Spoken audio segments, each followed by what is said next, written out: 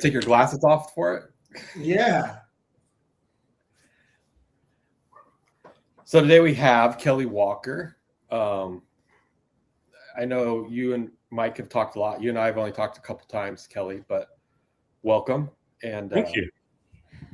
Let's dive in here. Let's just get to know you first. This is, like I said, it's kind of casual. We want it to be more relatable to everybody, and sure.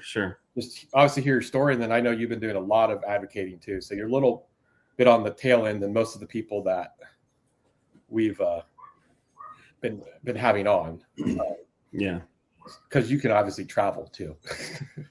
Yeah, well, I'm on the right show because I've definitely been targeted. Fortunately for me, I was targeted. Well, fortunately, I guess in a way, by comparison, I was targeted by Pima County and City of Tucson, and not the feds. In terms of being arrested, that is, I was monitored, surveilled, harassed by the feds. So yeah, I feel like I'm among friends here. I'm very, I've been getting to know Michael's story. I don't know yours as well, Chris, but you guys are worth fighting for. There are a lot of people around the country that are worth fighting for.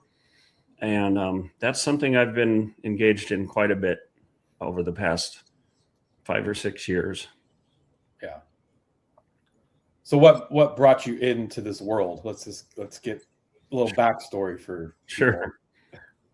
Well, I'll go way back to Bend, Oregon. We moved from there in 2017, and I've been remarried for about 15 years, but I had been through custody court hell in a system, family law system that's antagonistic toward men, very anti-father. In fact, when I first got a lawyer there in Oregon, he said that the law is that both parents are supposed to be treated the same, but I'm just gonna be honest with you, you have an uphill battle as a father. And we experienced really left-wing feminism, trying to take my kids away. I had to fight hard, and it was a very, very trying time. And I had just gotten remarried when all this started. I'm very happily married. I have 3. Well, I came into the marriage with 2 kids, 2 boys who are 6 and 9. They're now, it's hard to believe they're 21 and 24 now, but we've had 3 together, and they're 10, 12, and 13. And all are boys except for the last one. Our little girl is 10. But we really, I was just a guy out there living. I had gotten a bachelor's degree in English, a master's in under the Department of Defense, and basically, roughly, you'd say environmental remediation, conservation science, that kind of thing. And, it's just a dad trying to work, trying to make my way, and went through all of that. And we ended up moving in 2017, in part to get out of that environment. And I had been to Tucson, Arizona a lot as a kid and young man, and I've really liked it. I love the desert out there. And so we moved out there to have a quiet life. And at the time, we looked at schools and living, cost of living and all those things, but we didn't really think about politics because we weren't very political people.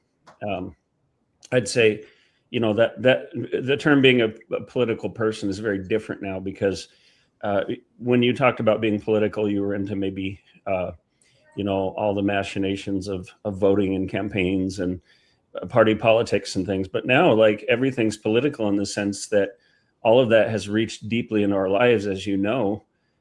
So I was working, and after I had about 10 years in a career as a conservation scientist, a professional, I was environmental director of Sun River, Oregon for 7 years. I sort of fell back on my English degree and started an agency because I had been doing a lot of writing for marketing. Ended up having a very successful agency, advertising and branding agency, but had to start all over again in 2008 when divorce and economy collapse and all that happened. So I was rebuilding my life. I was remarried, and in 2017 we moved to Tucson, Arizona, and I was doing a lot of marketing freelance. And at one point we decided to open up a family coffee shop in the Vail, Arizona area, and everything was going great. My wife had gotten really good training in barista skills, and She's a very excellent baker. And we opened this nice, cozy little coffee shop. There had been a shop in there before, kind of rebuilt it by hand. And it was, it was something we hadn't expected to do, but, we had a sense, and it was called Viva Coffee House. And we were in operation just over a year. I think about over a year when the COVID-19 stuff hit. And by the time that hit, I'd been several months in a job as senior writer and editor in chief for a national medical publication that was put out by a medical training company. So part of my job was to watch webinars by some of the top healthcare providers, doctors, dentists, and such across the country, and write the continuing education questions from those webinars for the people who were doing the training. So kind of, refreshers in the medical and dental fields. And then I was editor in chief for a national medical publication. So I was actually studying deeply into this quote unquote new virus, reading scholarly articles about it. And I knew from the beginning, I knew what's come out. I watched exaggeration and lies and politics take place of actual good science. So I ended up, then all the COVID restrictions hit. We had to all but shut down our coffee shop. We could only do takeout. We didn't have a drive-through, so people would just come in. We actually ended up making our coffee shop into somewhat of a food bank because everything closed down there, even the food banks. So we started by putting out our toilet paper from the bathroom because we didn't have the public restrooms open, and people would come in and grab something and then leave something. And we put a few canned goods out, and we started with one of those long folding tables. We ended up with 5. So we had this sense early on that there was something special about this coffee shop. Maybe it wasn't about us. Maybe it wasn't about just building a cozy little business. By the way, running a coffee shop is very, very hard work. I was in catering, so I can only imagine coffee shop. We're actually, I just saw something today. It's the 6-year anniversary when everything shut down. Yeah. So yeah, we had our baristas made what they called a little cry area. It was actually we had a little kids area there, and they would just go back there to rest and because of their frustrations. But anyway, so I went into the shop one day and I did all the marketing for the shop and social media. And I opened up my laptop, and all of a sudden there are just a ton of negative reviews, nasty comments, the phone's ringing at the shop. We're having particularly this one just completely insane guy threatening to kill us and calling our baristas these horrible names. And I thought, what's going on? Well, a couple people texted or emailed me and said, hey, did you know you're on the Pima County Wall of Shame? And I said, well, what's that? Well, it's on the website. They have this inspection program. So imagine this: anybody can walk into a business, and if they feel like you're out of compliance or they don't feel safe or whatever, they can call the county, and they'll trot out some inspector to go check out your shop. It was very dystopian feeling. And we had been actually put on that wall without even any notice. And so I contacted the county. I said, hey, look, we haven't failed a single inspection. We're fine. This must be a mistake or something. They said, oh, well, it'll take us about 2 weeks to take that down. And I said, 2 weeks? Like, my wife doesn't want to let the kids play out in the front yard because we're getting death threats here, Yeah. And then I began to realize, no, this was purposeful. So we had a county board of supervisors there in Pima County, very, very corrupt county. But there were 2 Republicans. I think there's 1 now among the 5, but 2 out of 5. And I got invited by Steve Christie, one of the supervisors on the board of supervisors. And it was very odd because I went in and they said, okay, we're going to go up to Steve Christie's office because all the meetings by this time were virtual. We're just going to go up there and be on his computer or whatever. And we're in the elevator, and suddenly Steve Christie's assistant says, oh, actually, they're going to have it in person. So we go downstairs, and I thought, well, that's a little odd. And I get into this place. I was trying everything I could not to wear a mask because I had sworn to myself. I knew the science. I knew that masks are actually detrimental. They don't. Yeah. And I had already done the study. Yeah. Go ahead, Michael. Same here. I said that's all I wanted to say. Same here.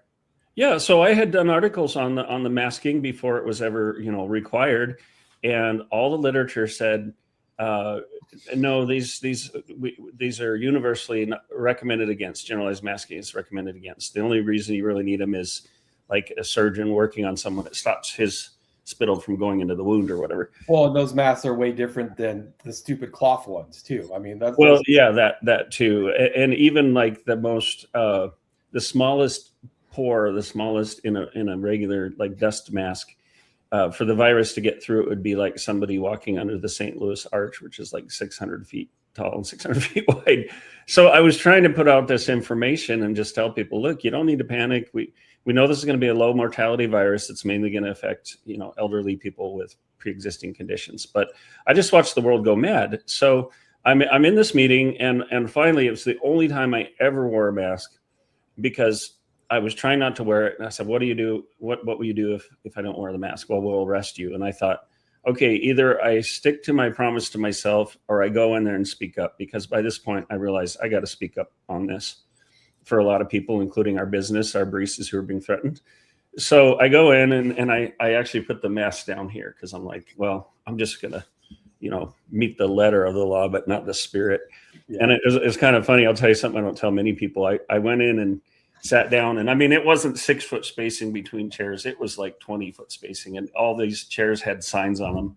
And I thought, this is ridiculous. So I sit down, I take off the mask. They're doing the meeting up front. All the board of supervisors sit up there above you. And I just very quietly snapped the little rubber band on it. And sure enough, they stopped the meeting. Mr. Walker. And I thought, they know who I am. Mr. Walker, you need to put your mask on. And I just sat there for a good 10-second count. And then I held it up and I said, it's broken. So I was pushing the limits, but I was ticked off because it's like, what are you people doing? First of all, you don't have the right to do these things. But second of all, you've put my family and my staff in danger. And by the way, I had sent an email with everything I was going to present. So what I brought was just a select list of some of the things that were publicly posted on our social media. So I finally get up. I'm supposed to have 3 minutes. The first word out of my mouth was the F word. F you and your coffee shop or whatever. So I'm reading through comments, right? It's obvious it's not directed at them. Yeah. And if you want, like later, you can put that arrest scene in here. It's an interesting video, but for the first time ever in my life, within 30 seconds, they had 3 sheriff's officers surrounding me. I found out later through a lawyer that they had the county attorney and some of the top guys in the Pima County Sheriff's Department back there asking, well, he took his mask off. Can we arrest him now? Can we arrest him now? So the whole thing was a setup. And by the way, every other meeting after that was also virtual. So they wanted to set me up. They didn't like that I was speaking out. And they targeted me. And the reason was because our little coffee shop gave people freedom to make their own decisions. And I was speaking out about the insanity of all this. The county resolution was in the title, it said, if 6 foot spacing can't be maintained. So I thought, well, when I was director of the environmental department in Sun River, Oregon, I wrote rules and regulations. And I know that if in the title, if you can exempt yourself, I said, well, we can maintain 6 foot spacing. And it says right in the resolution, you can have parties up to 10. And I thought, hey, we're good, and we didn't break any laws. We didn't even break the resolution, but I ended up getting handcuffed and led away. And when I was in the booking room with this sheriff's officer, it was bizarre. And I was telling him all, like, I was respectful, but I was saying, like, you guys swore an oath to the Constitution. This is wrong what you're doing. And the one guy who had put the cuffs on me, he says, oh, man, I'm in so much trouble with my wife when I get home. We're patriots. And I said, then why did you participate in that? Why did you do that? And he said, well, I didn't want to lose my job. And I looked at him, and if my hands hadn't been behind my back, I probably would have pointed at him and said, your job is to protect people like me from people like that. And he just kind of looked sheepish. And it was the first time I realized that people who are in positions where they're sworn to protect you will go against that to save their own skin. And I started thinking about, what was said about at Nuremberg when these former Nazi officers got up and said, well, I was just doing my job. And I thought, no, you can't use that excuse, because I ended up getting canceled out of my job. Our business was struggling from the moment they listed us. We lost, a good half or more of our clientele, because suddenly now we're the grandma killing anti-maskers. Yeah. And literally, like the county, what was his name? The county manager would post up pictures of me publicly. Like, they'd have people come in and take pictures of me. Oh, look how close he was to these people, and he's not wearing a mask. I mean, it was absolutely asinine. I never broke a law, nothing.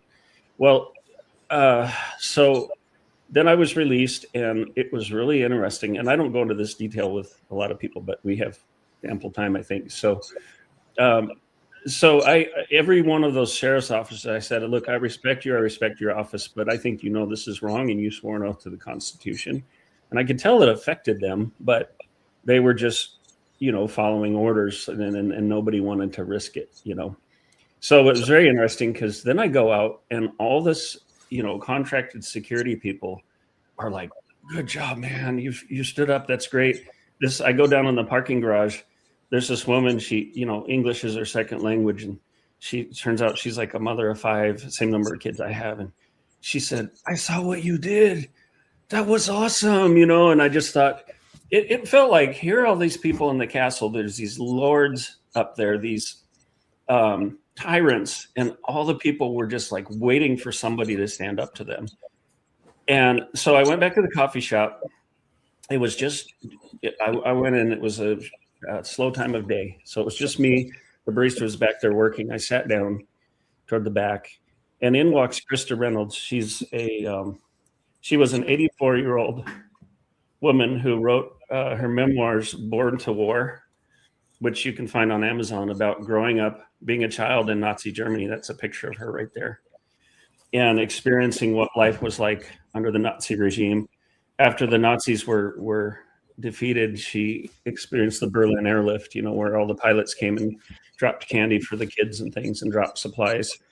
And in she walks, 84-year-old little woman. She's standing above me as I'm sitting, and she said, in her German accent, Kelly, I've never been so afraid since I was a little girl. It was just like this.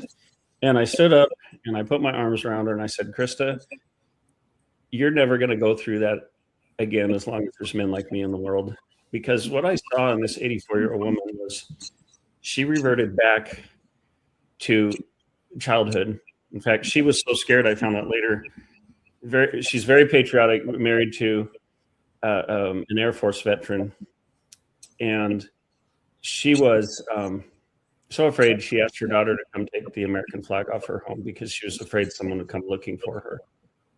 I'm getting a little bit of that. But that's what they wanted. That's what they wanted. Yeah, they did. They wanted that fear and that intimidation. And I simply would not be intimidated. I got stressed over the finances and threats and things, but I never once was afraid of any of those people, because I knew they work for us. We don't work for them. I'm getting a little echo here, or feedback. Are you guys hearing that? Yeah, I hear a little. I don't know. Maybe it's just on my end. If it's on my end, I'll just ignore myself. Yeah, I can't hear. Okay, that's bad. So okay, that's good. It might be a delay in the connection or something too. Yeah. Let me check my. Me, maybe. Is it better now? Hang on, I'm going to check my mic and make sure it's on the right one. Yeah, it does seem better. Yep, that's much better. So I probably had a little too louder, because I'm getting old, so my ears. Yeah.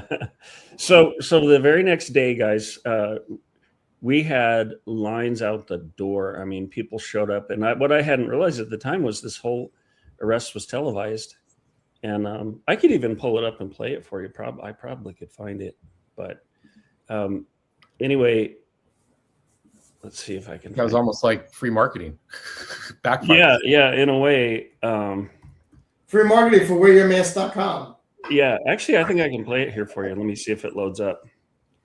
It's Oh, yeah, let's see. You might have to give me permission to put it on Add the to screen. stage. Let's do that. No, you're going to hear this because your health department made us hear this. Mr. Walker? You're going to hear this. Mr. Walker, if What? you don't watch your language, I'm going to have you escorted out of the room. Your health department threw us under the Sir, bus, I'm and the asking constant you- barrage of this kind of language Sergeant at Arms, has been sent. please escort this man out of the hearing room. No.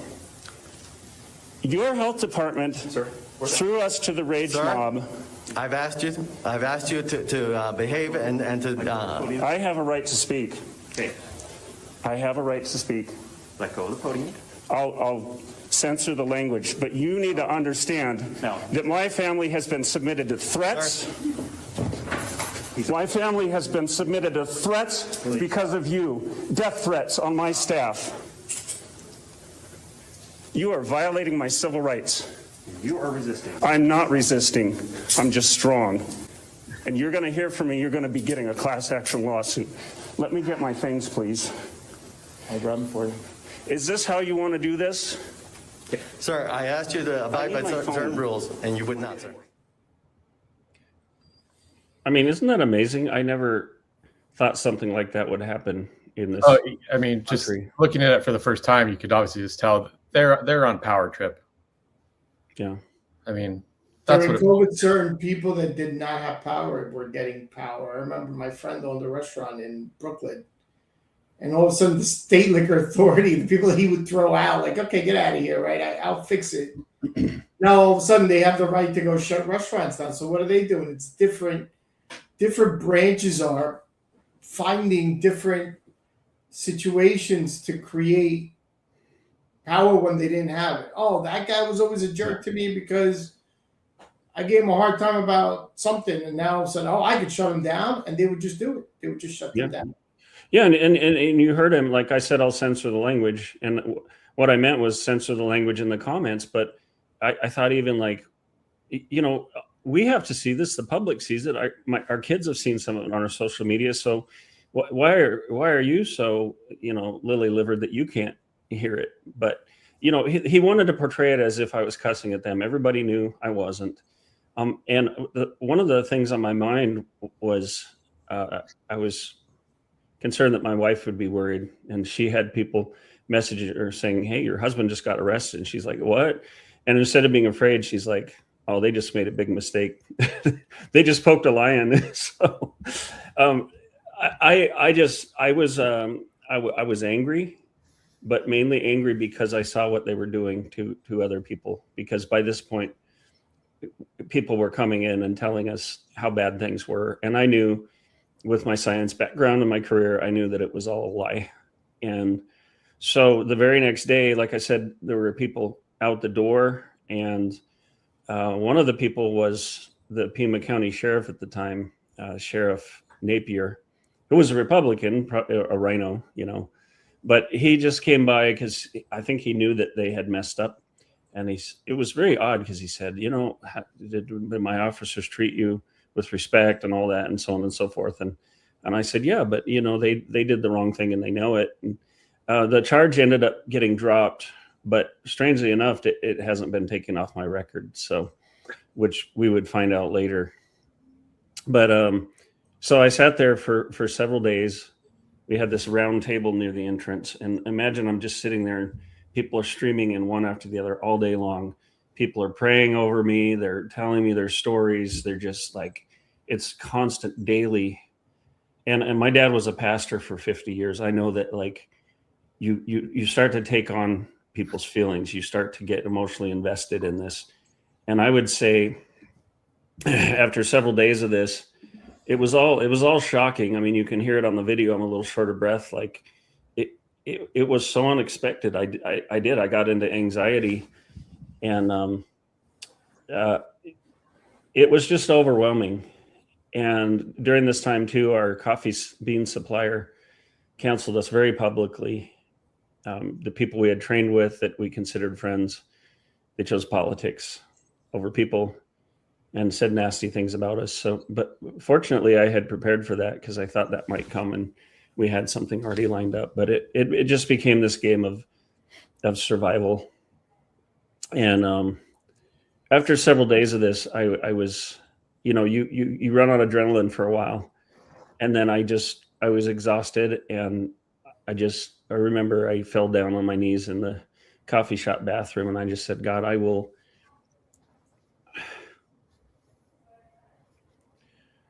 I'll do whatever it takes to help these people. And I knew, because I know enough about history and everything else, that I knew that we were in the midst of a Marxist color revolution and something extra to something new, or a new approach to it. And I just said, I will give up to my life to help these people and to help save our country. And I meant it, every word of it. I said, I'll lose my business if I have to. Be careful what you promise to God, because sometimes he'll let it happen. Yeah. There's a lot I'm leaving out. The county tried to shut us down and everything else. And at one point, someone had recommended a lawyer. And so because people were coming in and throwing money on the table for legal defense, we had a few $1,000s to get some time from a lawyer. And he came to us. Well, first of all, he suggested that we go ahead and let them shut us down. And I was very adamantly against that, because I knew that we had the support by this time to stand up to them. And What's it was the wrong with one. these lawyers? You just paid them to bend. Like, Oh yeah, yeah. And every single lawyer, I swear, every single lawyer that I've gone through a lot. Yeah. Of lawyers in the past 4 years, right? I think the first team for the company was 8. Yeah. Against the SEC. Then we had, for the criminal, each one of us had 2 each, right? Plus whatever their team, right? Yeah. Right. And I've met one lawyer that actually gives a shit, which is Peter Tickton. Yeah, I like Peter a lot. Yeah. And so, yeah, so we found out pretty quickly he was after a quick buck. So he had done a deal with the county and came back to us and said, okay, we're going to put in a settlement offer starting at $2 million, but it comes with a gag order. And by the way, the reason he had said we needed to shut down was it would make our case stronger against them if we let them. I chafed at that.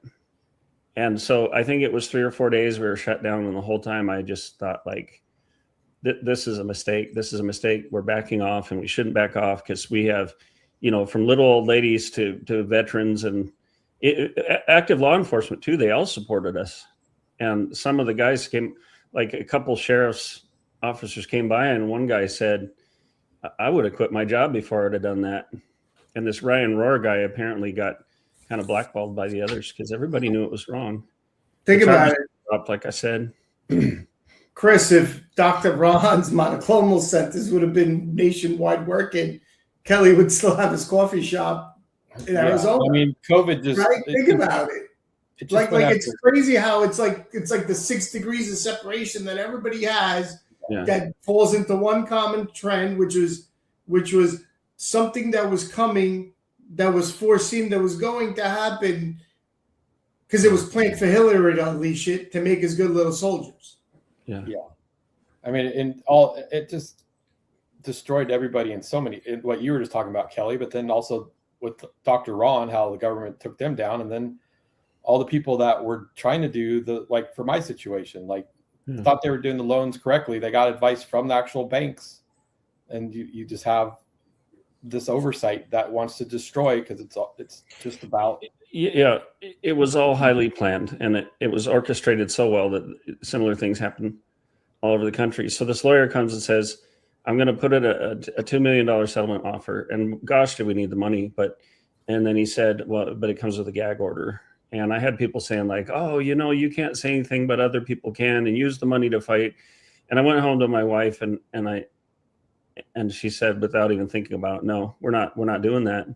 We're not giving away our voice. We're not here for the money. We're here to have a voice and to fight for people. So we turned it down and fired the lawyer, and didn't really pursue it after that, because the time and money it would have taken away from our ability to fight. So really our coffee shop became a sanctuary and a haven. All the people, medical, military, law enforcement, they would just crowd the coffee shop and have meetings, because they didn't want to be forced to vax. And we had, so that first arrest was September 15th of 2020, really early, And I realized at that time, I don't know if this was like God inspired, or I just had the knack for it because of, my experience with marketing and advertising and things. But it just, everything came into my head at once. Like, I got to start making connections around the country because we're going to have to unify together. And I'm going to need to use my skills to get to know people who can really reach out to a lot of people. So, during the whole time, we're just barely scraping by. We literally, we never missed a payroll, but sometimes we had to literally like take the small change out of the safe, borrow money from ourselves, which we had very little of, and we're just getting by. But one group we had coming to our coffee shop was school parents, and they shut down the schools for just, I forget how long. It was a long time, and we had a couple of our kids in the school system, and we just didn't put them back in afterward because we saw how they were doing things. We saw the forced masking of kids, and we started having parents coming forward and others saying, hey, these COVID policies, the isolation, the forced masking, can you imagine you're supposed to wear a mask in 115 degree heat in Southern Arizona?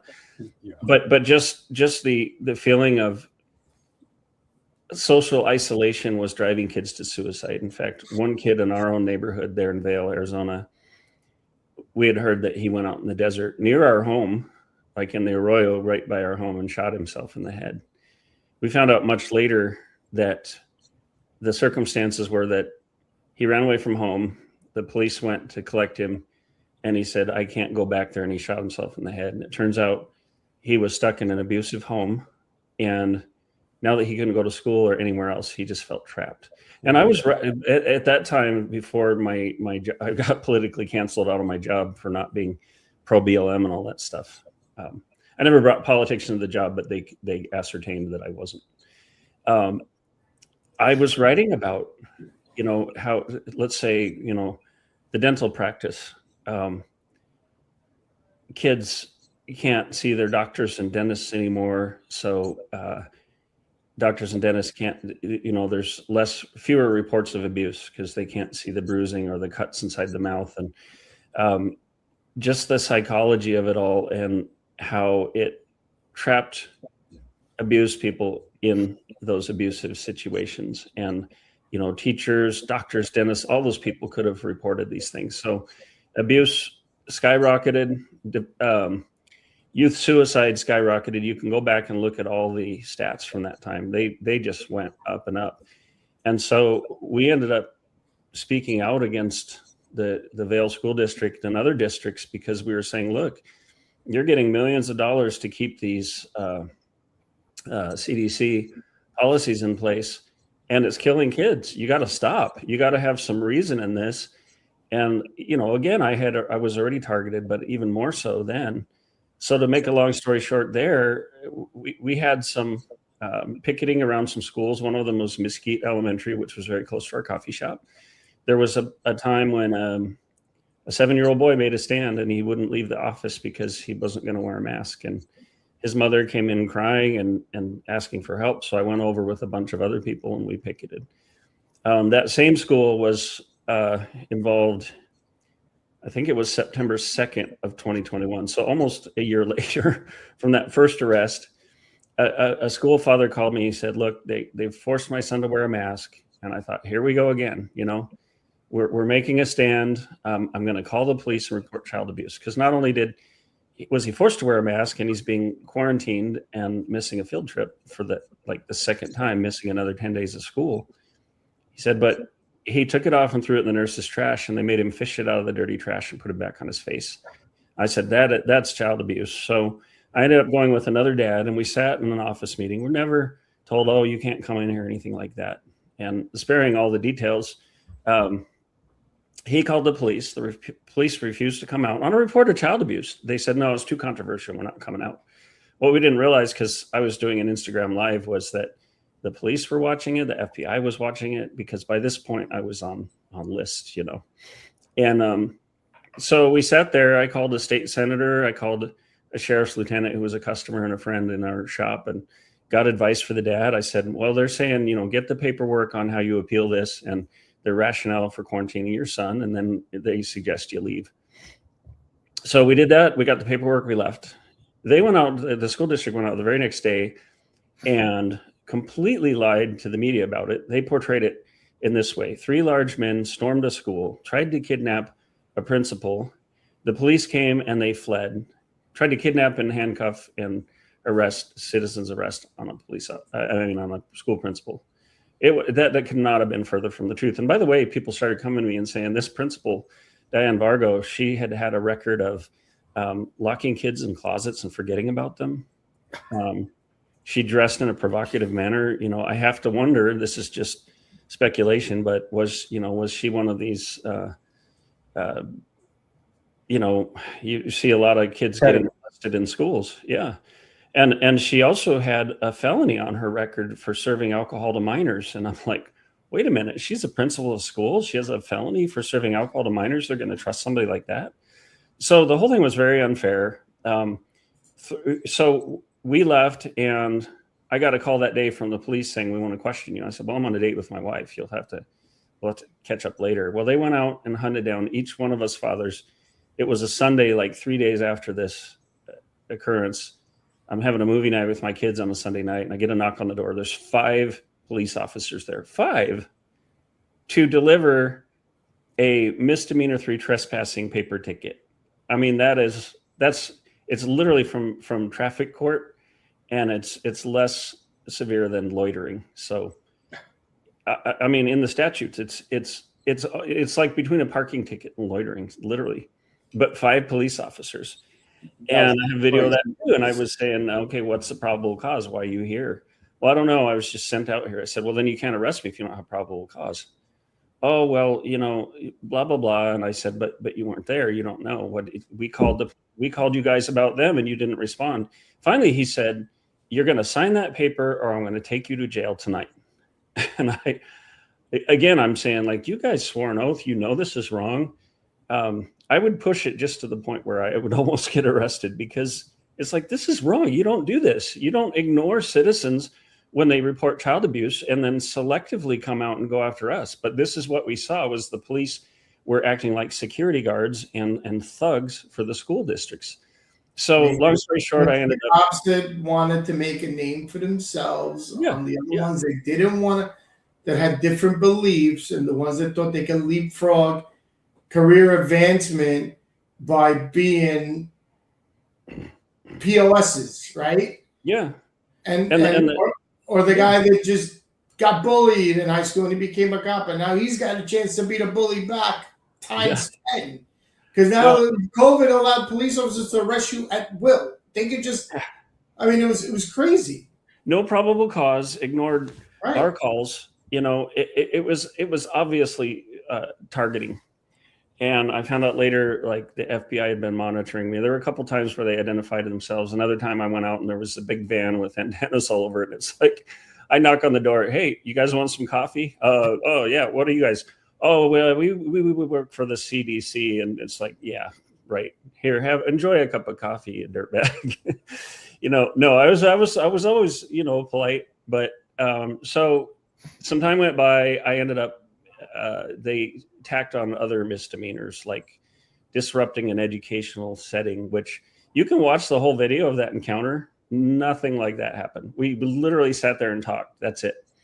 And even John Carruth, the superintendent of the Vail School District, sent out an email the very next day saying, hey, that this situation was resolved peacefully and the educational atmosphere or environment wasn't disrupted. So I still got convicted of that. The judge refused to allow that email as exculpatory evidence. So I was railroaded. It was like, my lawyer was aghast. He's like, I've never seen anything like this. They're prosecuting you as if you committed felonies. And there was no presumption of innocence, because from the beginning, the judge labeled me the criminal and the other side the victim.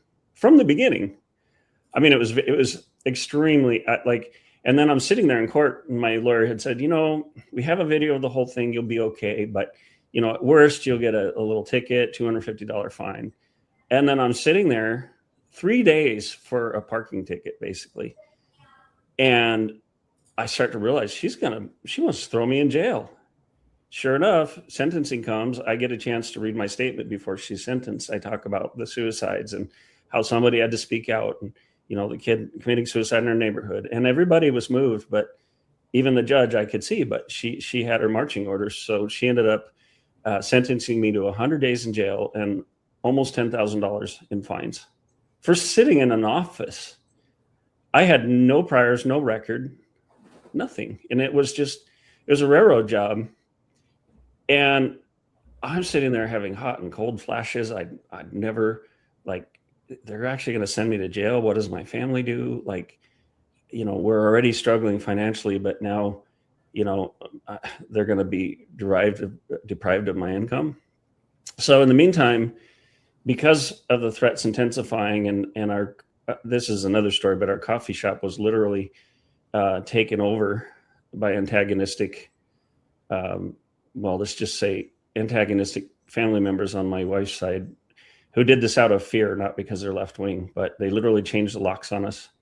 The lease was in our name. We were equal partners, and they hired armed security to keep us out. So we literally had our coffee shop stolen, and we had CPS weaponized to try to take our kids. And my wife's like, "That's it, Kelly. We can't stay here any longer." And I said, "No, I don't like to run from a fight, but you go after my kids. That's it." So we ended up moving out to Tennessee.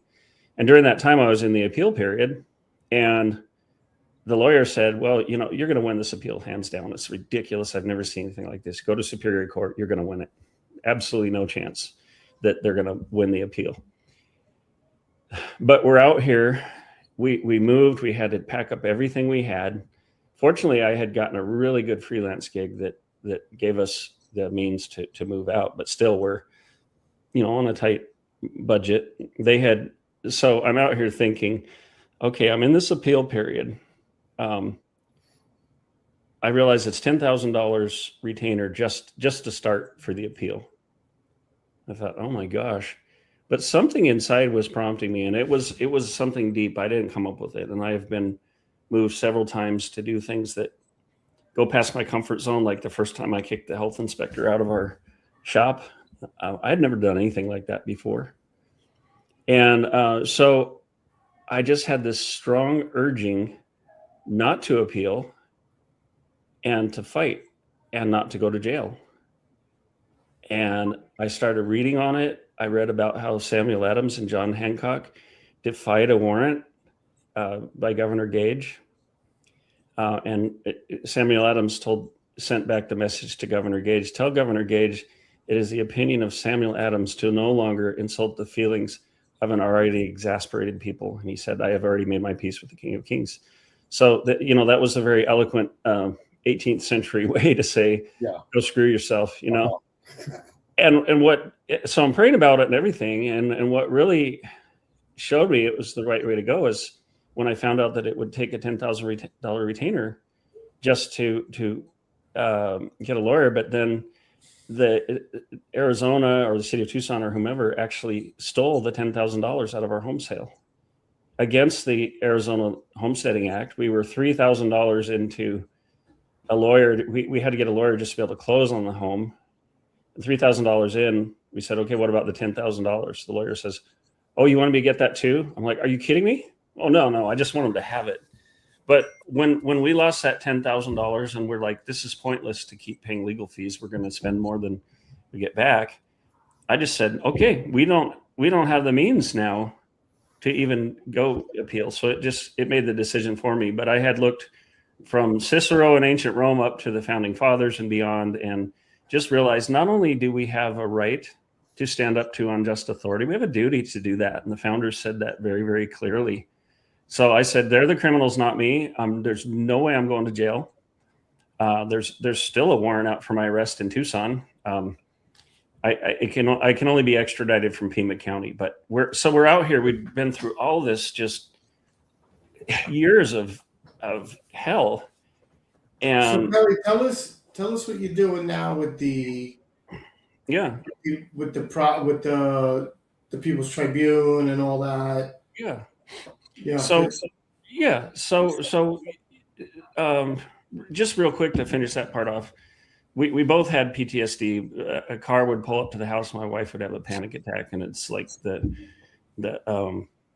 Amazon driver or something. But I did discover, they can't come get me or anything like that. It's freaking traffic court, But I decided instead of, once again, instead of focusing on myself and appealing and all that, I just decided I'm going to keep fighting and I'm going to go to Washington, D.C. So Tennessee's a lot closer than Arizona to D.C.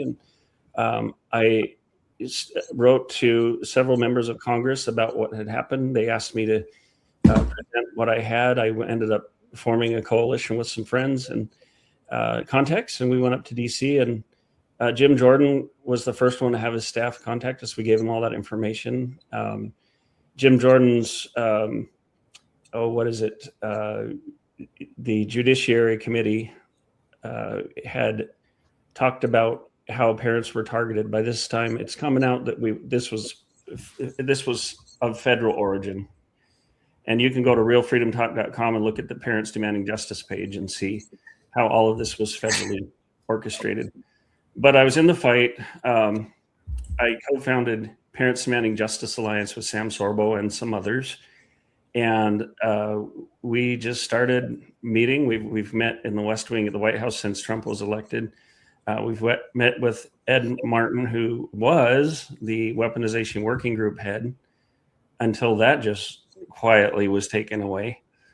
There's a lot more to say on that, but I just began fighting. And by this time I had a network all over the country, like people who have much larger followings than me and big names, that they'll come to me for contacts because I've worked very, very hard on that. So I have tools. I'm equipped to help people. And I've done that. It's been a lot of sacrifice, but it goes back to that promise I made that I'll give everything to help people. And so I know I appreciate it a lot. I appreciate it. My family appreciates you a lot. Well, thank you. And I really, I care a lot about your family. And I just, like, what do I say about this? People, like, we fostered a little boy while his mother was in prison for walking around the Capitol on January 6th. And people say, oh, you're so great. You're such kind people. Yada, yada, you're a hero. And I'm just like, my response is everybody should be doing that, especially if we call ourselves Christians. Like, yeah, read that book. It's what we're supposed to be doing.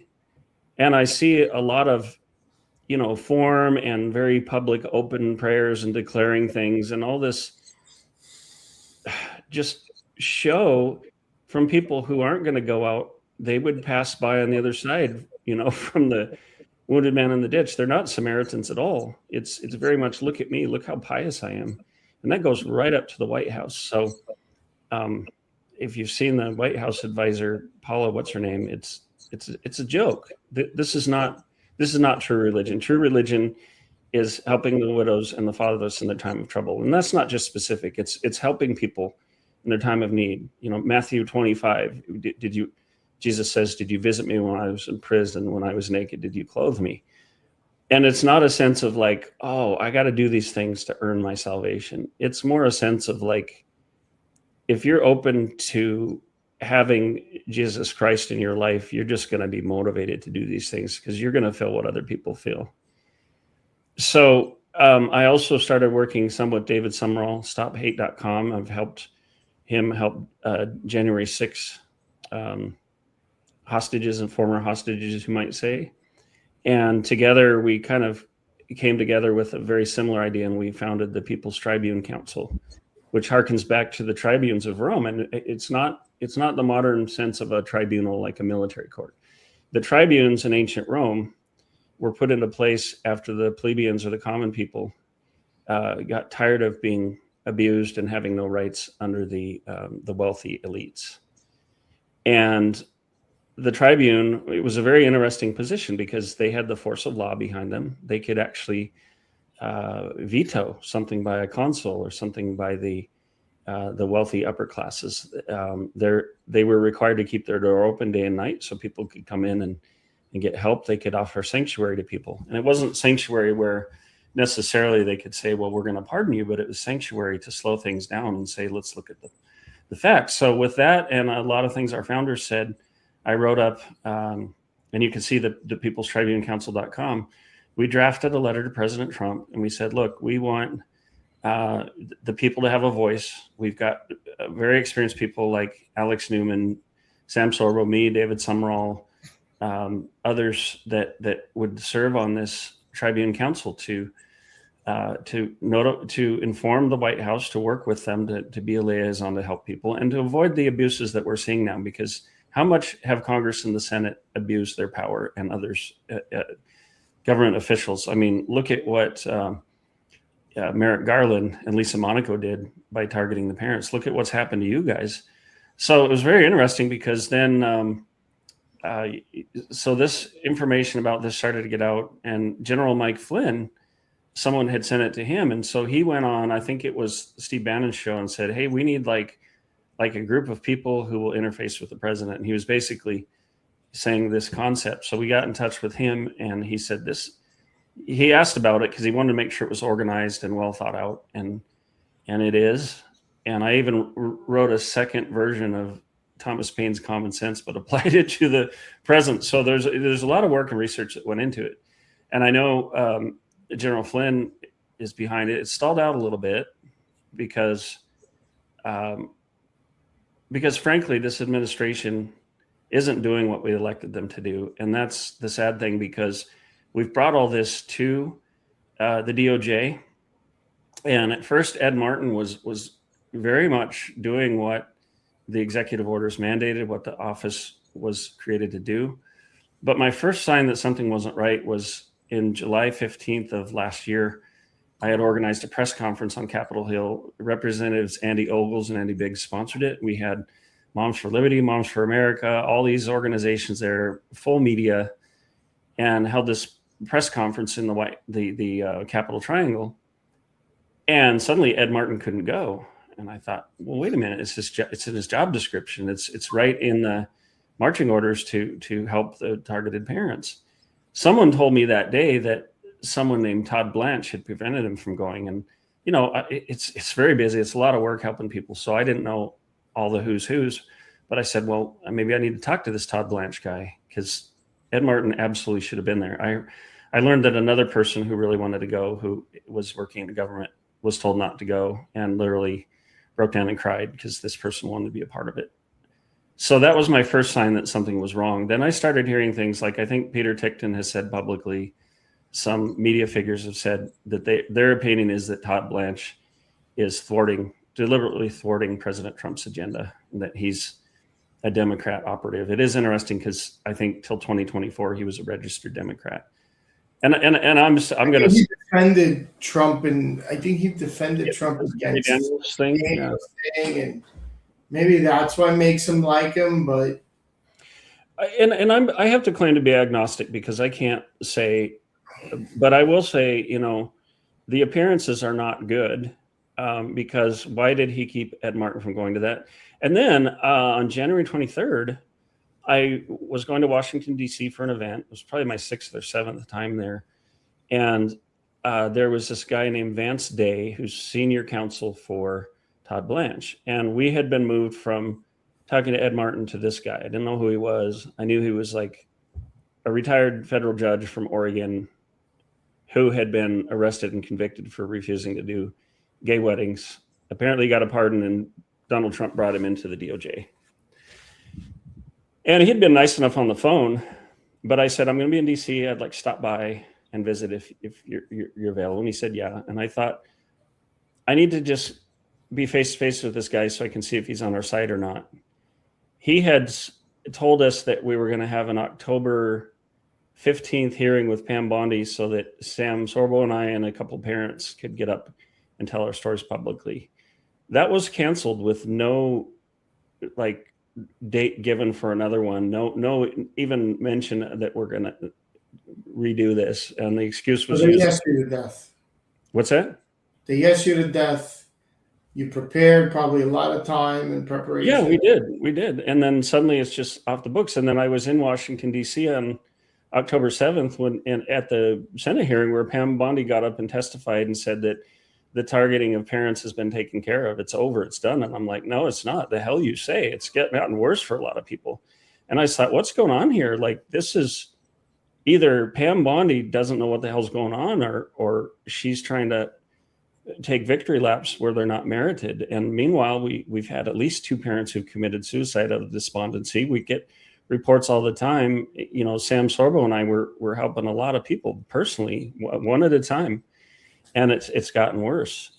Sam is helping take care of her aging mother-in-law, so she's stepped back from Parents Demanding Justice Alliance. But it's been a lot of work, and we've gone to the administration. We've communicated with Harmeet Dillon, everybody, Vince Haley, domestic policy advisor in the West Wing, and we put this out there. And this should have been done day one. All we've asked for is, first of all, an executive order where we get an official apology from the DOJ to what was done to these parents, including my family, and a commission or a way to get restitution for the financial damages done to people, for the loss of reputation, for being jailed, for losing jobs, all of that.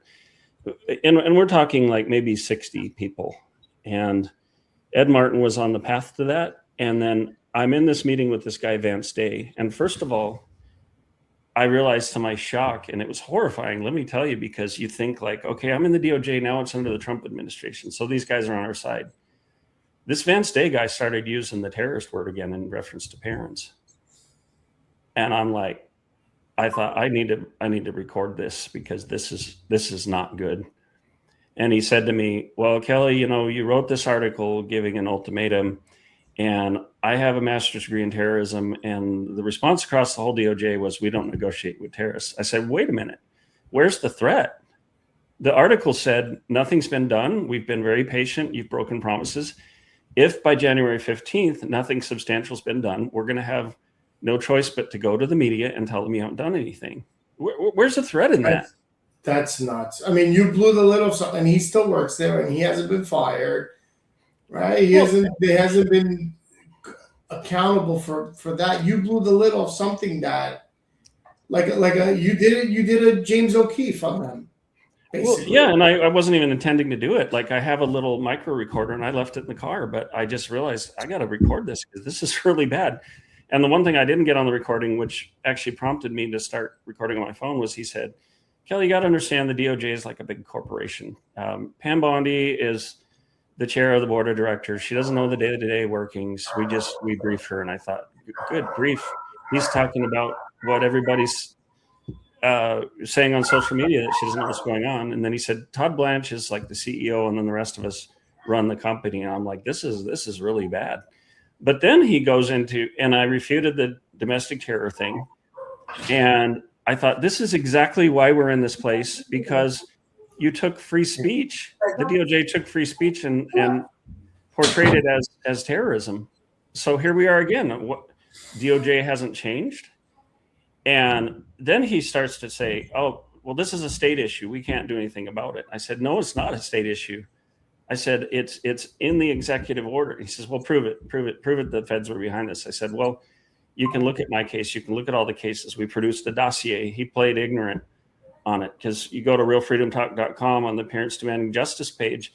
There's a whole dossier with specific information about how the parents were targeted, starting with the DOJ. There's a report from America First Legal that has the subpoenaed emails and texts and everything else.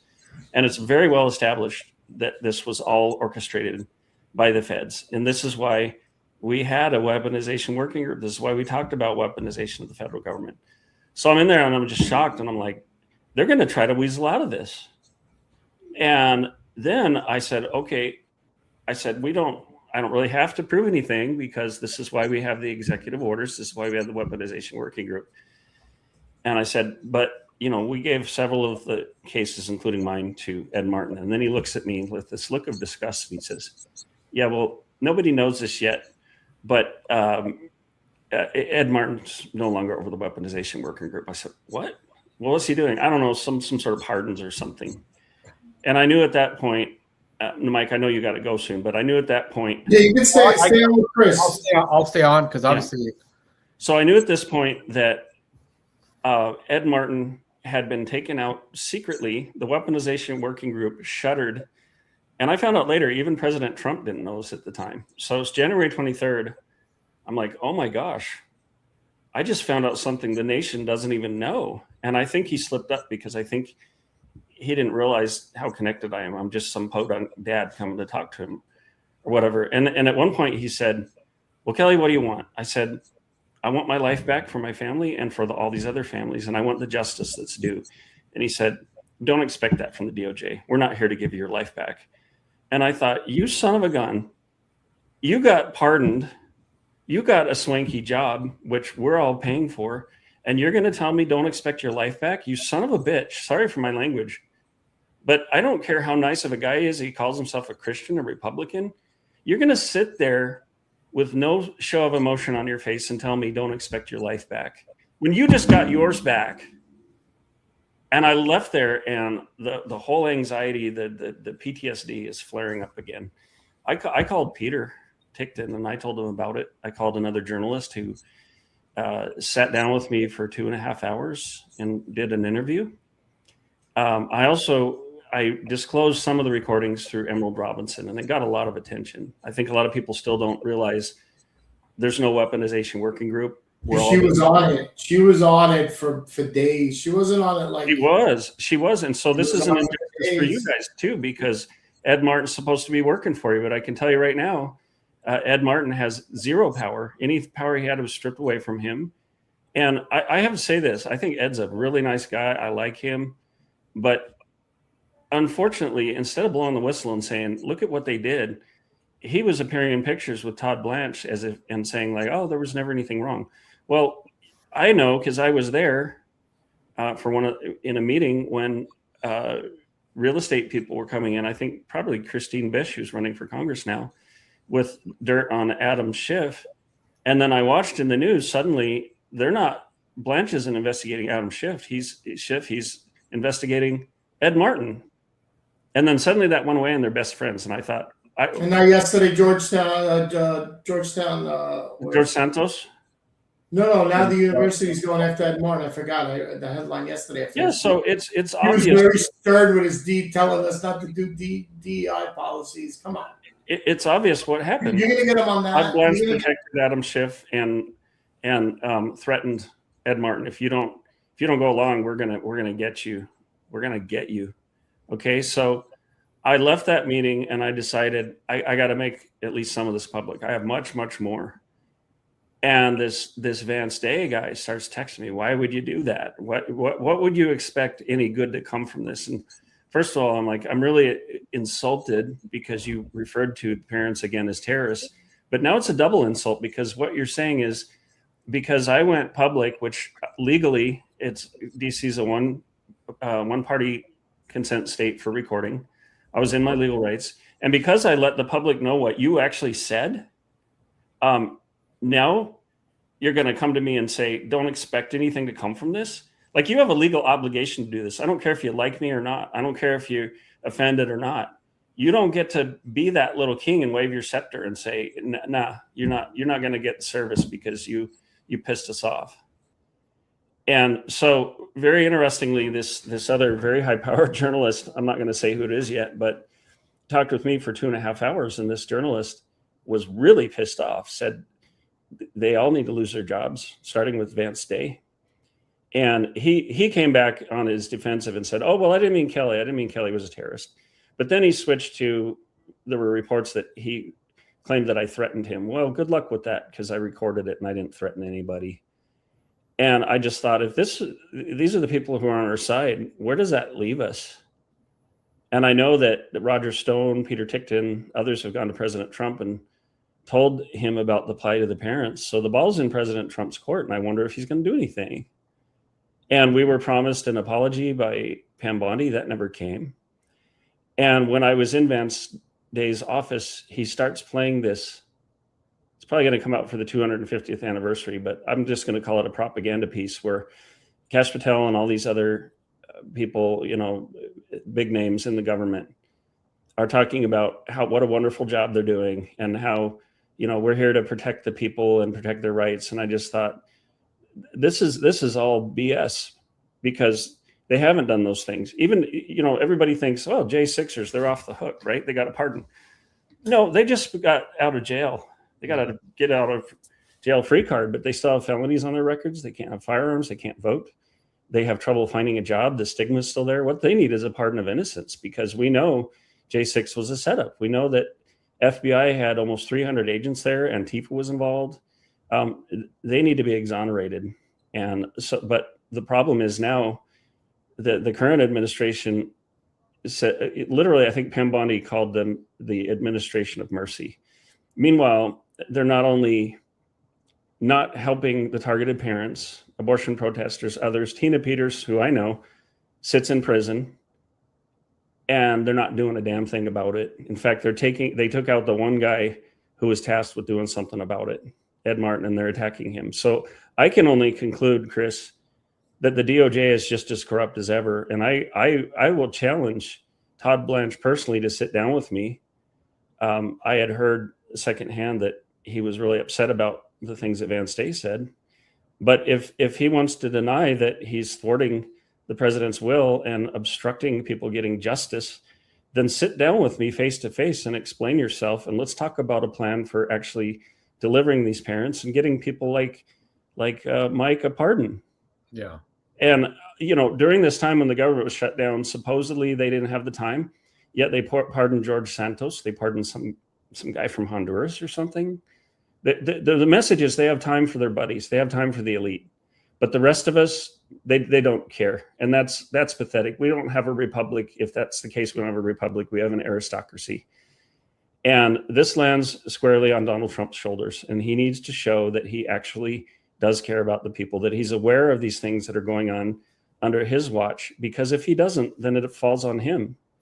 And the buck stops at the president's desk. Which president said that? Eisenhower, maybe, or FDR? I don't know. I think it was FDR. Yeah. So now I'm in this position of thinking, okay, well, if they still think we're terrorists, are they working to come back and come after us? Are they going to come after J6? So it's not a comfortable place to be in. And it almost, I've really struggled with, should I keep speaking out? Should I keep doing this? Because we're going nowhere fast. And what happens after Trump's gone? This needs to be resolved, and it needs to be resolved immediately, because these people have been owed justice for a long time. Because when your own government fraudulently, deliberately targets you and uses federal anti-terrorism resources to ruin your life and your reputation, the government has an obligation to make that right. I don't necessarily expect the DOJ to fix the DOJ, but I do expect President Trump to step in. I expect that we're going to have an AG who actually does her job instead of taking victory laps for things that haven't happened.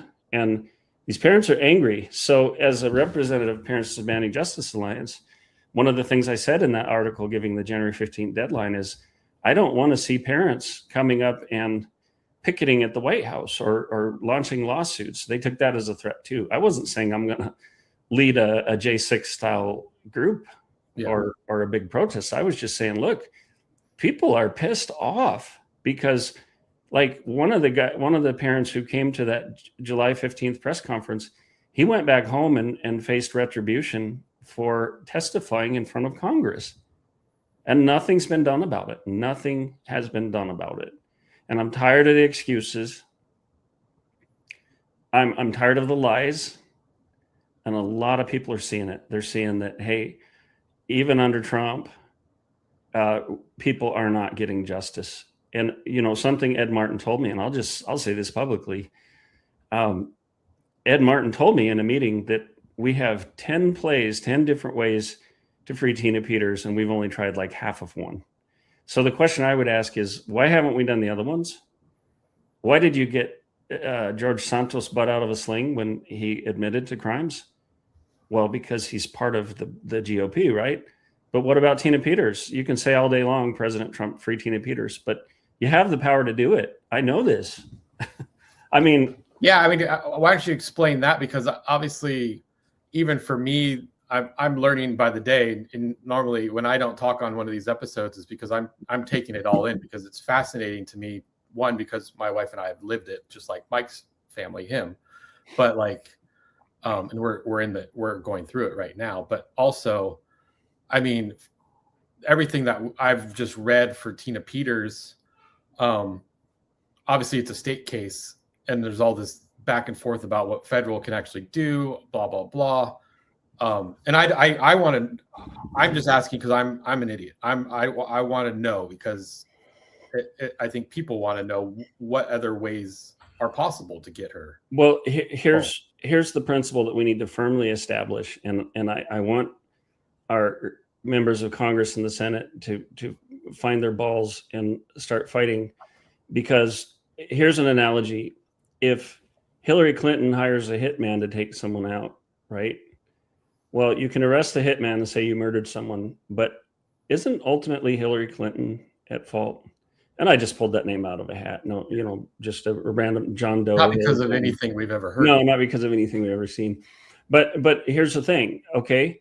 So, and Tina Peters is the same situation, because through Arctic frost, through all the machinations of Biden, Venezuela's involved, all of that, because they orchestrated all of it, it is a federal issue because they're the hitman. Now, look specifically, and I've known that the targeting of parents is key to taking down the deep state. And I'm not overstating that, because Merrick Garland wanted to go after the parents.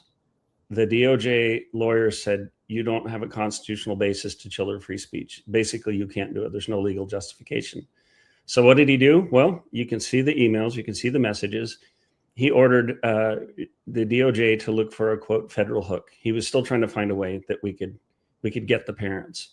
That didn't work out. So guess what he did? He contacted the National School Board Association, big, representative group for all the school districts, helped them craft a memo or a letter claiming that parents were an imminent danger to schools, had them send that to him and Joe Biden, and then use that as a pretext for putting a threat tag on parents. And then, I call it jurisdictional sleight of hand, then he orchestrated having these parents arrested through states and cities. And tell me who's at fault there. Yeah. Is it the dipstick Tucson City Court? Is it state? No, it's the federal government. And that's, that was firmly established by the Judiciary Committee Weaponization Working Group. It's been firmly established by at least 14 attorneys general right after Merrick Garland did this. They called it a massive fraud against the American people. And it was fraud by whom? By the DOJ and the FBI. We have executive orders that acknowledge that the federal government was weaponized. And here's something to me that's inexcusable. Like, I like Senator Josh Hawley. I have his number. I've talked to him on text. I've talked to his chief of staff, one of his legal counsel. And he's been very vocal and adamant saying, look, these parents haven't been taken care of. They don't have the money or the know-how to defend themselves. We got to do something. And yet I have a question for Senator Hawley, because in the same period of time when the government was shut down and we couldn't get any help, the Senate voted themselves special privileges where they could sue for a minimum of $500,000 per incident of getting their phone tapped or surveillance or whatever. So Lindsey Graham got his phone tapped, cha-ching. And not only did they get to sue, they stripped away any immunity by the DOJ. So the senators have enriched themselves. I'm sorry, Lindsey Graham, if you got your phone tapped, but you didn't go through 10% of what citizens have. And so I contacted, knowing this was coming, seeing it, I contacted some members of Congress. They said, oh yeah, we're already talking to Mike Johnson about this. I said, this is a violation of the 14th Amendment. It's also this legal term called self-dealing, where you give yourself privileges, and only they have the privileges. So the rest of us are out of luck, right? Because we're up against, what do you call it? Statute of limitations and such. So get this, Chris.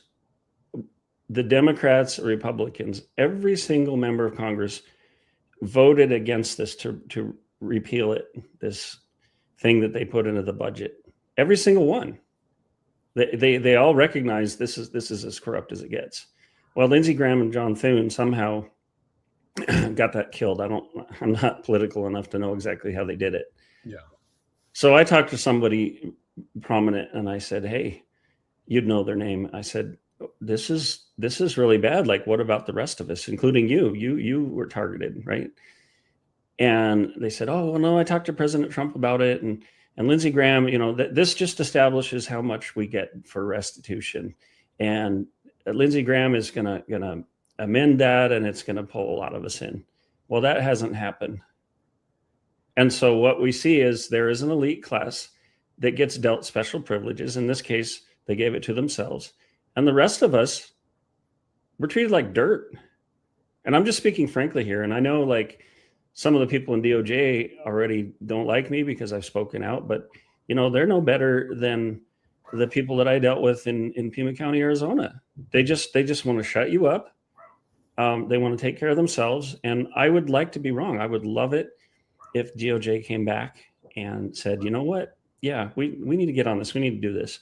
Well, so I talked a very prominent person in the media who I would tell you privately, but I don't know if this person wants me to divulge yet. I think you told me last week. Yeah. I talked to a lot of media people, and it is just kidding. But this person, very substantial, has great connections in DC, went and sent some of their people. I'm going to use the they pronoun, so you don't know if it's a man or woman, but they went and talked to DOJ. The word I got was that DOJ held an emergency meeting with 6 people. One of this person's representatives went.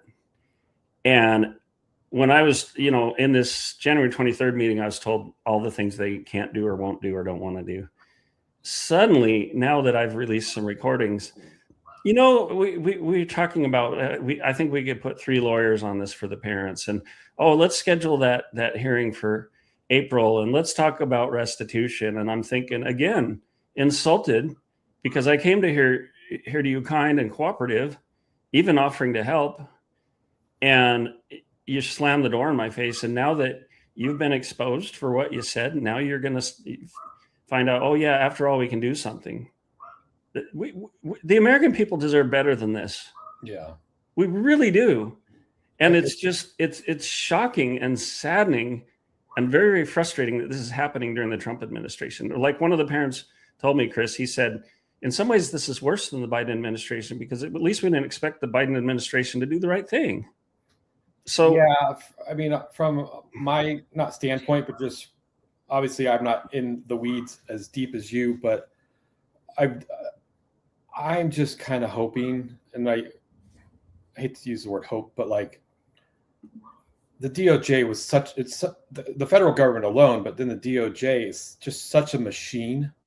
Yeah. It really is. Oh, you froze up there for a minute.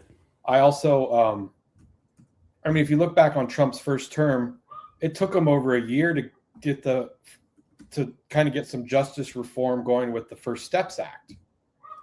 I mean, that, and obviously I don't know if you know anything about that with how the prisons worked, and it's mostly geared towards people that weren't violent crimes, didn't have drug or gun offenses, and it basically cuts your time in half because I know it took almost 2 years to do that. So I'm hoping just because what the ringer they put Trump through prior to him winning, with all the legal bullshit, that he has a bigger plan and we just don't know yet.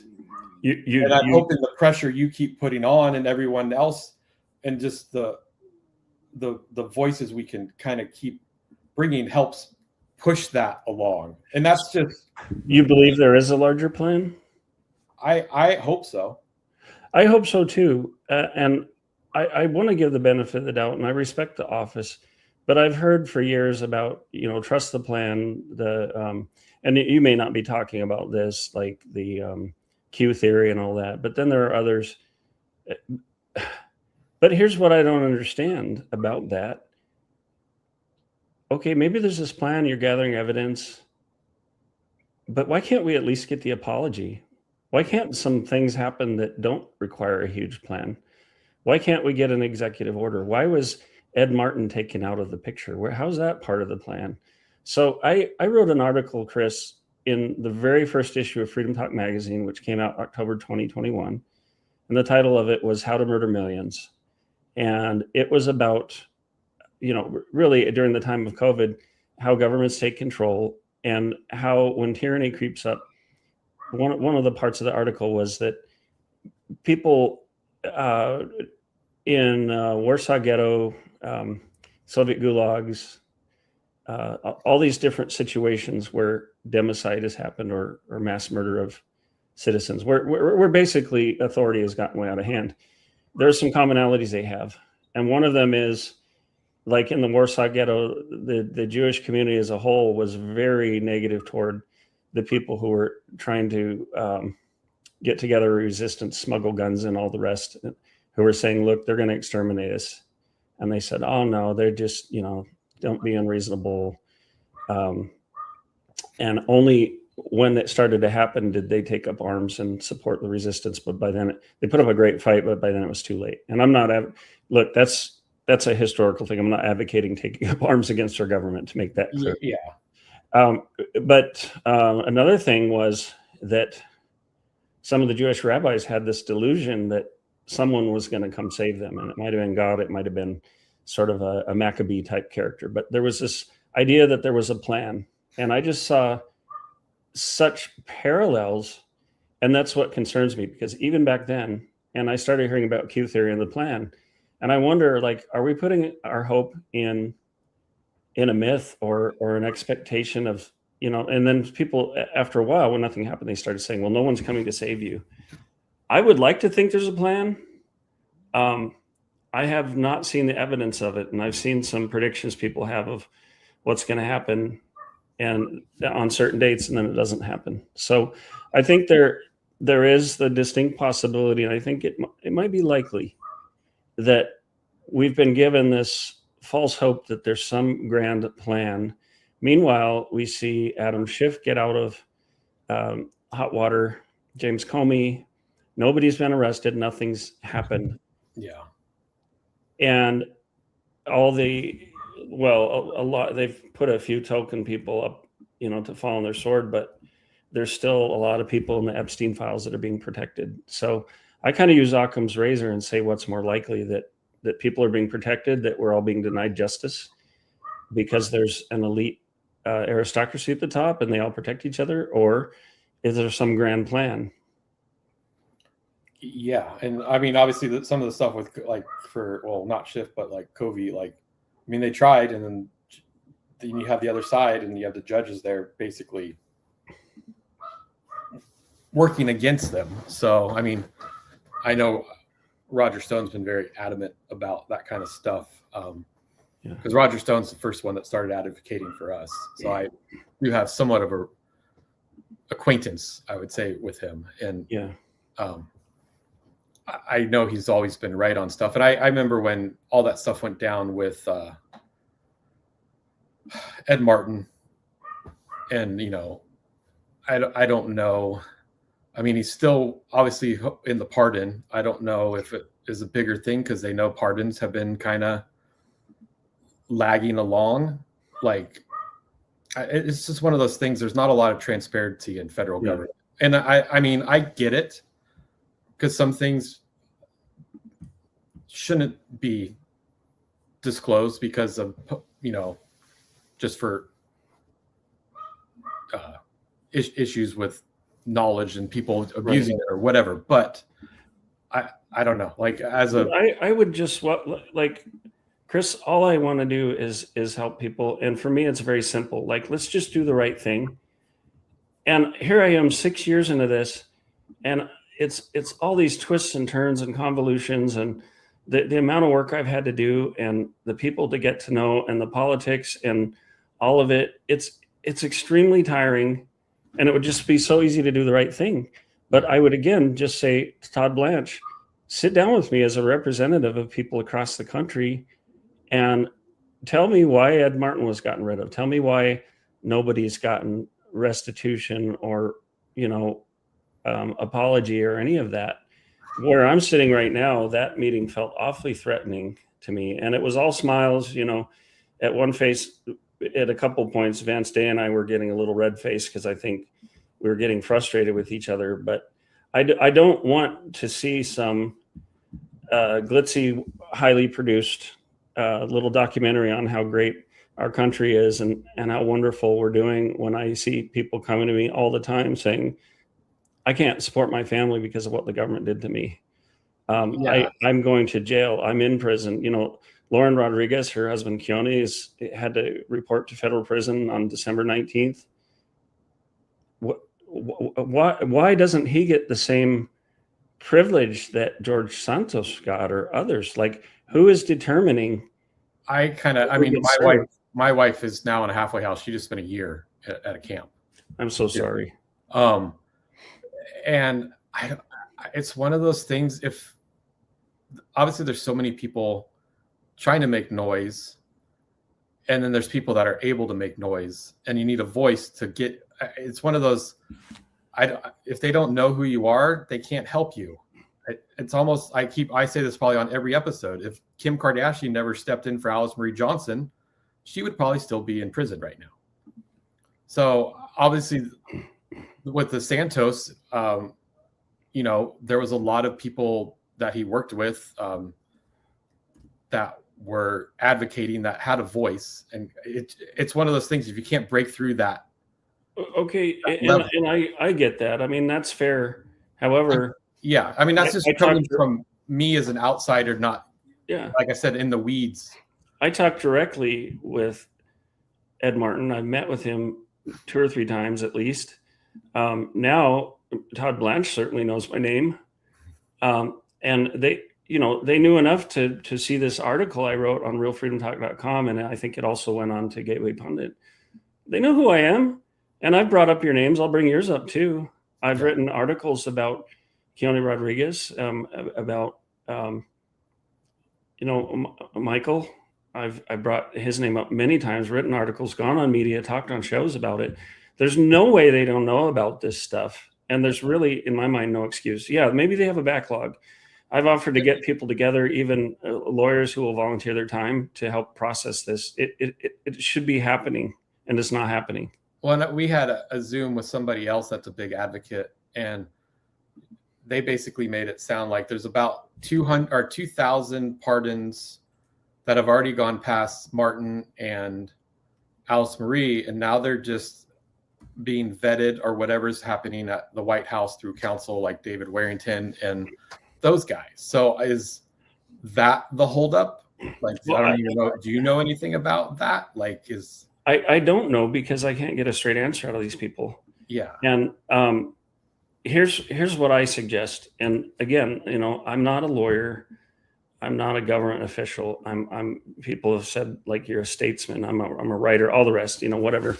But we know that you were in advertising. I actually had to explain it to a friend of mine in advertising. He's got a big advertising firm, and he said the same thing. He's liberal, but you know what? We're good friends. I kind of explain it like he likes the Rams. I like the Chargers. It's how politics used to be 20 years ago. Instead of canceling your friends out because they have, a kind of a different belief on. And you know what? I tell them all the time, you say you're not a Christian and you say you're not conservative, but I hate to break it to you, you kind of act like that. Yeah, so, a lot of people don't even realize how far left. And I kind of had to explain it to him about my big trying to push for a pardon, because he's like, it's just like you said, pardoning people that they're friends and whatever. And it's like, well, I'm kind of looking at it like as an advertising. If you can't advertise yourself to get your voice louder, no one's going to know your product. Yeah. And that's how I've mentally thought about it for the past. And that's where I put every skill I have. And if you go to, I don't know if you've been on the Parents Demanding Justice Alliance page on realfreedomtalk.com, but you can see the number of shows we've been on, articles published. I mean, there's no way they don't know about this. And Sam Sorbo is, a public figure. We've had others, who've come out with this. So ignorance is not an excuse. And one thing about being in advertising and marketing is I know strategy. I also know how to get attention. It's actually the reason why I chose the F word as the first word in that 2020 Board of Supervisors meeting, because I knew I had to wake them up and get their attention right away. But look, I'm in a place where it's like, let's work together on this. Let's work together. Let's get it done. I'll find people to volunteer to help if you're short-staffed. But don't sit there in an office with me and call me a terrorist again. just simply because look, a lot of us have been dealing with this for years, and by the end of year one of Biden's administration, how many people had he arrested? How well did they orchestrate and carry out the destruction of several verticals of American people? How many people they put in jail? A lot. Yeah. And our government hasn't managed to help one of those people except themselves. Like, if our administration can't undo what's been done, then it's useless. If they're just going to self-deal, take care of themselves, take care of the other politicians, people with a big name. Look, one example, I've been working on all this, and this was maybe 6 or 8 months ago. I saw Benny Johnson on X standing there with Pam Bondi, and she was making a big deal out of we've just mobilized to find these people who threatened Benny Johnson's family. And it's not that that's a bad thing, but I've had my life threaten my family to the point where I had to flee for years, and nothing has ever been done. I get it. I don't have millions of followers, but why does Benny Johnson get pushed to the front of the line? He's an insider. Well, and again, it's not. I'm saying they should have done this for Benny, but they should be doing this for all of us. So my idea, Chris, is that the correct response to a massive, fraudulent, treasonous program to take down dissenting Americans, patriots, is to do a massive pardon. Just take all these issues and say, you know what? We know all of it was fraudulent. And if the senators can say it was fraudulent and get a lawsuit, then we're gonna counter that. Similar to what Trump said, none of the auto pen stuff is valid. Let's just call a spade a spade. Look, we have Arctic frost. We have the evidence by Freedom Talk and America First Legal on what Merrick Garland did to the parents. Let's just find our nuts and say, okay, this was a massive, unprecedented attack on the American people by their own government. We're going to do one thing to make it all go away. We're going to give these people back their lives. We're going to negate all the cases. We're going to hit that reset button and give people back their lives because we know what happened. Yeah. Instead, we're dinking around with this little case, that little case, this pardon, that pardon. It could take years, decades to do this stuff.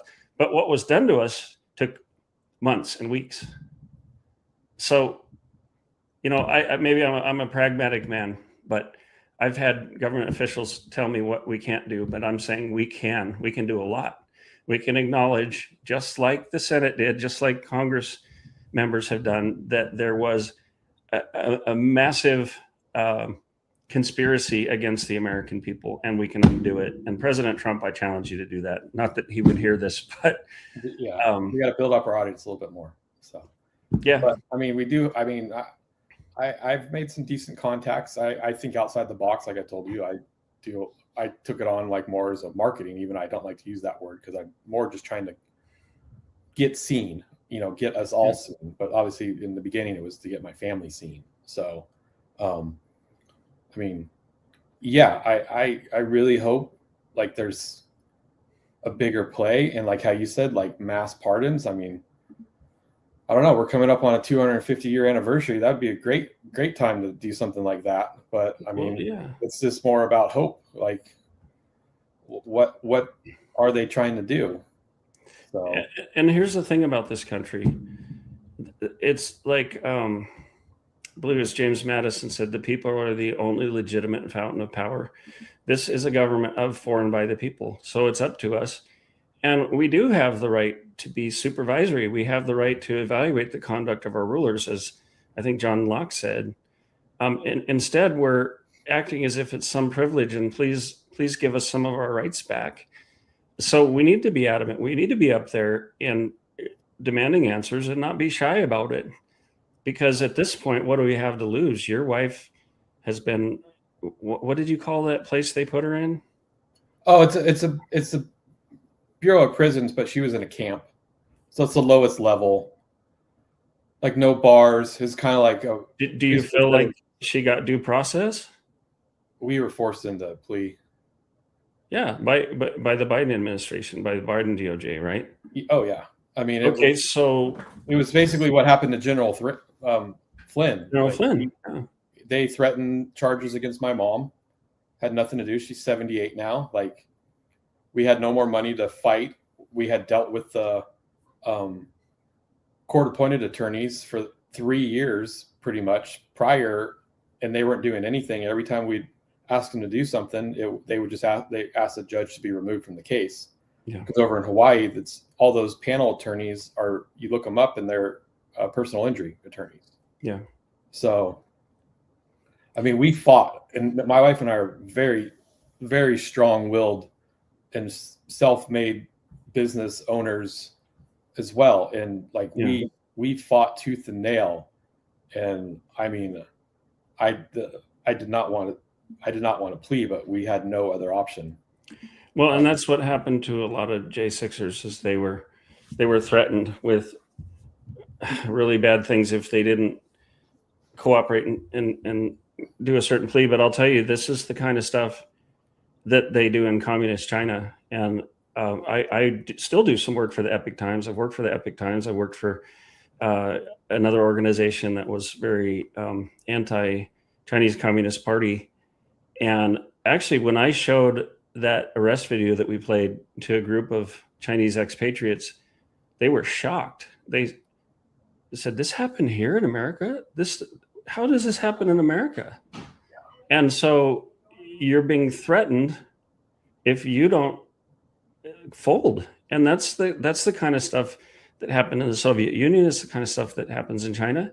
Well, yeah, we, the American people, need to say enough. And that's why I hope we can really do the People's Tribune Council, because one of the things that we can do is veto this and say, I forbid. And it's not like, well, if President Trump would help give it legitimacy, we could actually have the legal right to do that. But it's a moral indictment at this point. And we would have the ability to, in the court of public opinion, make a strong statement and say, this is absolutely wrong. And I don't care if they're Republican or Democrat or otherwise. We have mostly Republicans in the targeted parents dossier, but we have Democrats. We have one person who even is a self-described progressive. We need a body that is going to stand between an abusive federal government and the people that have been harmed. And we've had enough harm done. We all know it. And something needs to change, because otherwise we're on a path and it doesn't end well for people. Because you can look at history, you can look at how government works, and we're well down the road to a place that's not good. We can't have a golden age if the elites have pulled up the drawbridge and they're enjoying wealth and prosperity, and the rest of us are just left to fend for ourselves. That's not a country anybody wants to be a part of. And we have to change it. We have to somehow change it. And I honestly feel like Trump is trying. I mean, with even all this new stuff he's doing, getting prescriptions lower and getting like the thing you can set up now for your kids for that. I mean, the stories you hear about him, like there's one, the news is on him every day. A horrible person. Like he could save a baby out of a burning building and they would still turn it as he's an evil person. But I feel like, and this is just where my hope comes back in. Like, I think I hope he's trying, and we just haven't seen it. Well, and I think to some extent, hopefully in 3 years, either you could tell me I was wrong, or I could tell you like, I would love to be wrong, and I would apologize to anybody if I spoke out at something about something and they said, well, Cal, you just didn't know what was going on behind the scenes. I'd say, you know what, I didn't, and I'm sorry, and I stand behind you. Well, that's just coming from passion. I mean, you have passion. But the proof's in the words don't matter at this point. Action matters. Yeah, I have always thought that. Actions matter more than words. Yeah, so like Michael Castillo, if he goes to prison, what's going to happen to his family? I've offered to go down and pick them up and let them stay with us till they figure something out. But we Yeah. don't have finances. We don't have funds. We might have to fundraise to be able to do something like that. Just like we fundraised to foster this little boy, and we've been wiped out.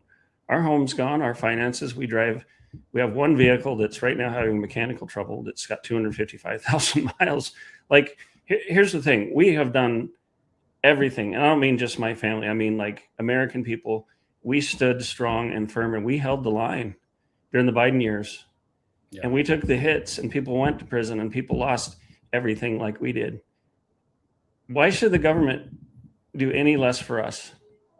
Why, if they're going to ignore us and act like we need to just move on, that's not right, because they wouldn't have their positions if we hadn't fought back. And frankly, we have the branches of the military, but we're in unrestricted warfare. We're in, as General Flynn would say, 5th generation warfare. And some of us literally are soldiers in that war. Yeah. It's not recognized as a war, but this is how the globalists in China wage war. It's very psychological. It's an information war, but it is war nonetheless. So, well, I am seeing on the news how they're really trying to get restitution now for the J6ers, because I mean, I've heard just horror stories of obviously how they've lost so much. And I mean, a presidential pardon does not restore your finances. That has to go another way, unfortunately. Well, they have been talking about it, but I wish I would have kept the statements, but some prominent people have come out against it. And actually, the guy who's going to replace Kristi Noem, I forget his name, but he had praised the officer who shot Ashley Babbitt, and the J6 community, and a lot of us are not real happy with that appointment. And I would like to see at least that this person would say, I was wrong about that. Let's do what we can for these people. But here's the problem. The Senate just approved a plaque praising the police officers who actually murdered American citizens. And the public still thinks that police officers were killed on that day. No, nobody in the government was killed that day. It was all citizens. Yeah. So anyway, we could talk forever, and I'd be happy to come on anytime. I would love to have you guys on my show too. Well, I already had Michael, but I'd love to have you on my show to tell your story if it helps a little bit. Yeah, I mean, obviously, we're trying to do as much as possible, and I kind of told you all, and everybody that's watched this knows everything. And I kind of told you when we talked last week on the phone, like I always thought outside the box. I mean, because I just knew there was so much stuff going on. So many people trying to get their voices heard. So I kind of went more of an analog with billboards and just stuff like that. So let's talk some more offline too, and see how we might be able to collaborate on some things. I just, I have felt this desperation to help people, and it's hard to explain, but for 5 or 6 years, I've just been desperate to help people, and even to the exclusion of really focusing on my own situation. I'm glad to do it, but we come to this place where the people are in office that are supposed to be righting these wrongs, and they're not doing it. And it's very very, very discouraging when you throw so much into this and then you're met with indifference. So yeah, but no, yeah, I'd love to talk more and then do that, because I mean, I'm just doing everything and trying to reach everybody I can. Obviously, I'm not allowed to even travel, because I'm supposed to self-surrender later this year once my wife's done with her full term. So, well, I would love to have the Tribune Council up and running, where we could. I always thought, if we'd had the Tribune Council in place when they went after Tina Peters, we could have surrounded her home and said, "No, you're not taking this woman." Yeah, that's what Rome did. I mean, who knows? But call me a dreamer. But anyway, I got to go get to the kids and have dinner. No, same here. Thank you so much. Thank you for coming on, and bye everybody. All right, we'll keep talking. Bye-bye. Bye.